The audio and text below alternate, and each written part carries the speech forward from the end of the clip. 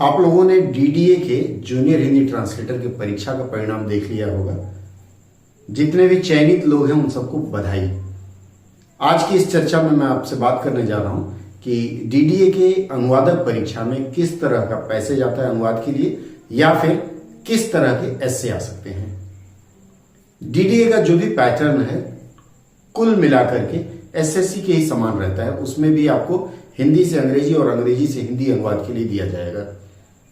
10 line की पंक्तियां होंगी, सामान्य सी पंक्तियां होंगी। बहुत ज्यादा अगर है तो किसी करंट अफेयर से उठा करके दे देंगे, लेकिन अमूमन दिया जाता है कि किसी किताब की कहानी का अंश दिया जाता है। और ये जो किताबें देते हैं वो सीबीएसई या आईसीएसई बोर्ड के क्लास 10th, 11th और 12 इन्हीं तीनों के बीच में से किसी कहानी। अब हमें यह सोचना है कहानी किस प्रकार की हो सकती है। देखिए, कहानियों में ऐतिहासिक कहानी का चयन कर सकते हैं, हिस्टोरिकल। ऐतिहासिक अगर नहीं है तो रस्किन बॉन्ड जैसे किसी लेखक का कहानी ले सकते हैं। अगर 11-12 में रस्किन बॉन्ड की कहानी तो आप पढ़ सकते हैं, या फिर कोई फॉरेन अर्थात इंग्लैंड के किसी लेखक की कहानी ले सकते हैं। तो ऐसी कहानियों की तलाश करके आप उसका अनुवाद अभ्यास कर सकते हैं।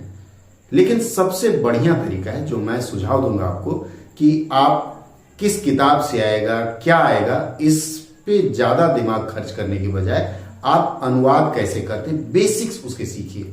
जैसे मैं हमेशा बताता आया हूं कि सेंटेंस फॉर्मेशन, वाक्य संरचना अगर आपके अनुवाद की सही है तो चाहे लीगल आ जाए, चाहे इंजीनियरिंग का आ जाए, चाहे मेडिकल का भी हाल ही में शुरू हुआ है, सब में एक ही चीज है, खाली शब्दों के अर्थ बदलते हैं।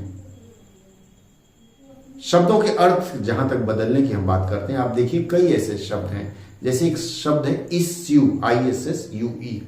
अगर मेडिकल टर्मिनोलॉजी में उसको देखा जाए तो इशू का मतलब होता है संतान। जैसे पूछा जाएगा how many issues you have, मतलब डॉक्टर आपसे पूछते हैं कि आपके कितने बच्चे हैं। लेकिन अगर इशू को लीगल में अर्थात कोर्ट में पूछा जाए व्हाट्स योर इशू या how many issues you have, तो पूछा जाएगा उसका मतलब होता है कि आपके मामले कितने हैं। तो आपको सिर्फ सेंटेंस फॉर्मेशन याद रखना है, कहां किसको रखना है। एक बार यह फॉर्मेशन तरीका आपको पता चल गया ना, तो आप सिर्फ वर्ड रिप्लेसमेंट करते जाइए या प्लेस करते जाइए, आपका अनुवाद अच्छा हो जाएगा। आशा है आप अनुवाद अच्छे से करने का प्रयास करेंगे और आप अभ्यास कर भी रहे हैं। अब रह गई बात कि एस्से किस तरह का आता है।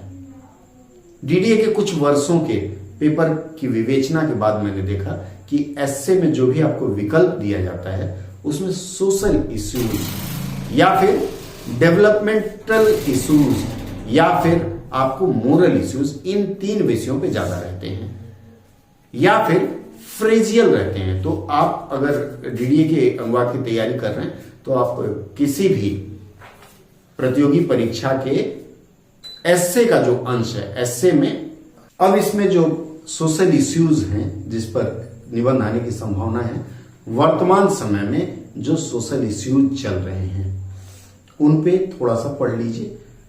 टेक्निकल इश्यूज कुछ हैं, जैसे ड्रोन है, टेक्निकल एडवांटेज है। हमारा देश कई मामलों में अभी विदेशों के साथ सामंजस्य करके काम कर रहा है, जैसे डिफेंस में है। उसके अलावा अभी W3 एक नया चलन आया है। उसके बाद क्रिप्टो करेंसी से संबंधित जितने भी लेख हैं उसको पढ़ लीजिए। बाकी रह गए जो फ्रेजल जैसे आते हैं, फ्रेजल के लिए आप अरिहंत की है या फिर ऐसे जो भी राइटर हैं, दृष्टि की है, उनका जो किताब है एस्से के ऊपर आप उसको रेफर कर सकते हैं। उसको अगर आप रेफर करते हैं तो उससे आप काफी कुछ पा सकते हैं लिखने का अंदाज। तो डीडीए के लिए विशेष करके, बाकी के लिए नहीं कहूंगा, तो आप डीडीए के लिए इन दोनों किताबों पे रिसर्च करिए और उससे जो आपको अच्छे टॉपिक्स लगे, मोरल इशू आप एक पकड़ लीजिएगा, मोरल इशू पे लिखेंगे, सोशल इशू पे लगेंगे या फिर किस पर लिखेंगे, और उसी की परिपाटी पर पढ़ना शुरू करिए, हो जाएगा। ढेरों शुभकामना, धन्यवाद।